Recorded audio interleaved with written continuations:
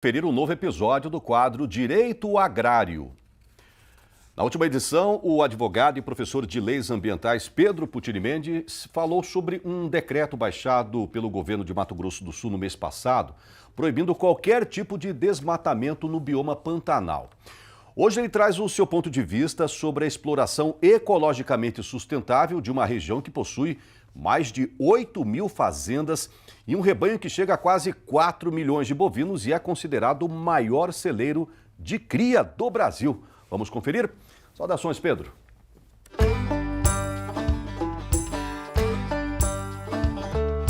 Saudações e bem-vindos a mais uma edição do nosso quadro Direito Agrário, que já há mais de 5 anos contribui com informações jurídicas relevantes para o dia a dia do produtor rural, complementando a edição passada que eu falei de uma pretensa lei do Pantanal que volta a ser discutida por esses dias e a questão da exploração ecologicamente sustentável do bioma pantaneiro. Na edição passada nós comentamos aí sobre a revogação das novas licenças para desmate no Pantanal e a rediscussão dessa questão de uma lei para o Pantanal, um assunto que foi polemizado pela Advocacia Geral da União, junto ao Ministério do Meio Ambiente e Mudança do Clima, quando emitiu um parecer recomendando a revisão urgente da legislação pantaneira sul-mato-grossense, alegando a falta de critérios consistentes ou respaldo científico na concessão dessas licenças, e que também foi polemizado aí por uma nota técnica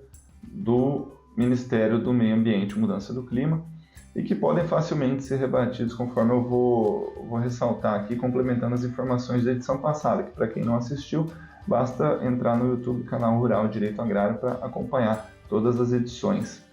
Bom, existem recomendações da Embrapa no sentido de que exploração ecologicamente sustentável é aquela que obedece a alguns critérios, como, por exemplo, a manutenção de biodiversidade, manutenção de processos ecológicos-chave, como as inundações no Pantanal, manutenção de serviços ecossistêmicos, de áreas representativas de todos os tipos de vegetação originais e também a possibilidade de equilíbrio ecológico com alterações na vegetação para permissão de atividades econômicas. Afinal, estamos falando de exploração ecologicamente sustentável e não exploração ecológica apenas, não é verdade? Bom, as recomendações do Código Florestal para exploração ecologicamente sustentável, como eu disse na edição anterior, são duas.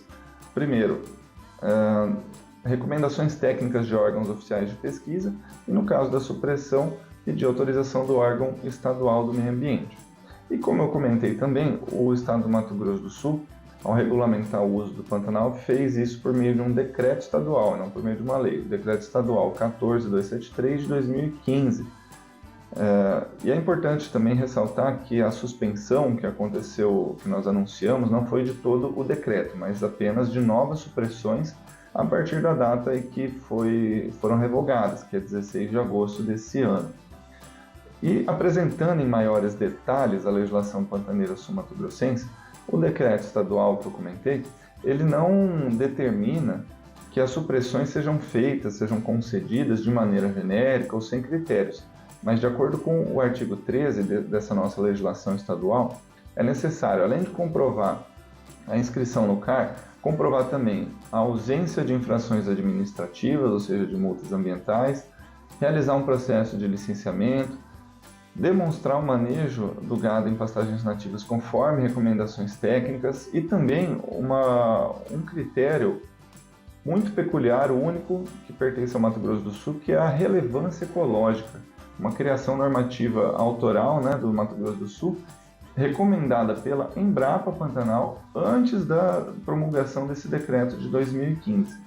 E de acordo com esse mesmo decreto, é considerada atividade de baixo impacto ambiental para o bioma como um todo, a atividade pecuária, também considerando recomendações da Embrapa e do Conselho Estadual de Controle Ambiental, a deliberação SECA número 31 de 2015.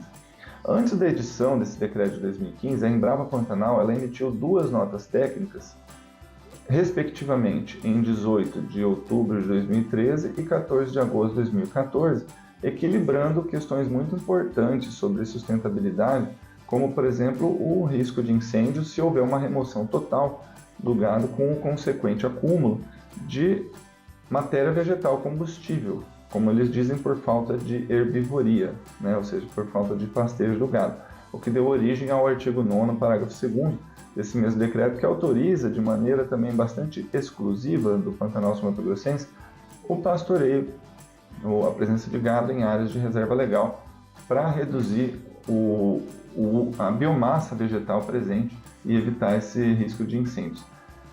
E afinal, o que representa o Pantanal para a sustentabilidade? Sob o ponto de vista ambiental, nós estamos falando aí da maior bacia hidrográfica e do menor déficit de vegetação nativa em APPs, em reserva legal, entre os biomas. Sob o ponto de vista social, nós temos aí a segunda menor densidade demográfica do país, com 6,10 habitantes por quilômetro quadrado na planície pantaneira, uma região de grandes traços culturais e que merece toda a proteção e reconhecimento enquanto povos e comunidades tradicionais, como tem até um decreto federal nesse sentido. E sob o ponto de vista econômico, nós estamos falando aí de uma região que abriga aproximadamente 4 milhões de cabeças de gado, segundo a Embrapa Pantanal, distribuída entre mais de 8 mil imóveis rurais, segundo os dados do CAR. Bom, e aí, segundo material que consta divulgado na Embrapa Pantanal, em parceria com a ONG WWF Brasil, que se chama Pecuária de Corte no Pantanal, eles afirmam o seguinte, que não há dúvida de que a conservação dessas paisagens está atrelada ao manejo adequado dos recursos naturais realizada pelo homem pantaneiro, Ou seja, o modelo de pecuária extensiva chegou a um equilíbrio entre gado e natureza. E segundo a WWF também, a tradição pantaneira possui mais de 200 anos, e se destaca exatamente pela pecuária orgânica certificada como uma alternativa para essa região. Então essa afirmação ela também se confirma pelos livros de história, enfim.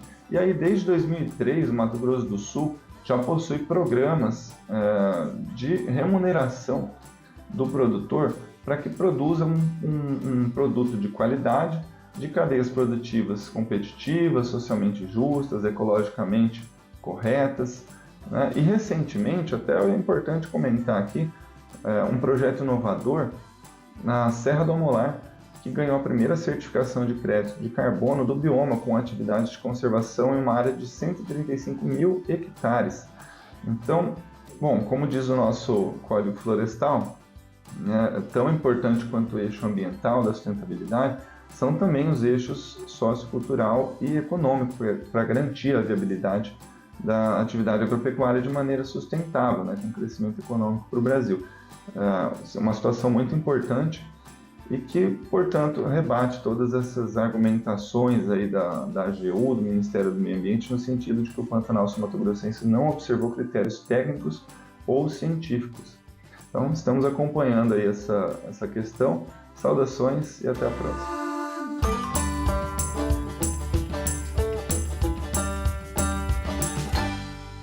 Grande, Pedro. Eu sou pantaneiro e posso falar com propriedade. Se não tivesse pecuária no Pantanal, não existia o bioma. Porque todo mundo sabe, esses quase 4 milhões de cabeças, essas quase 4 milhões de cabeças comem aquele capim seco, que é um combustível na época de estiagem. Senão o Pantanal pegava fogo e ninguém conseguia controlar. Entendeu? Então, o pecuarista pantaneiro é o maior conservacionista, o cara que mais preserva o bioma Pantanal. Um abraço a toda a pantaneirada aí que está nos acompanhando.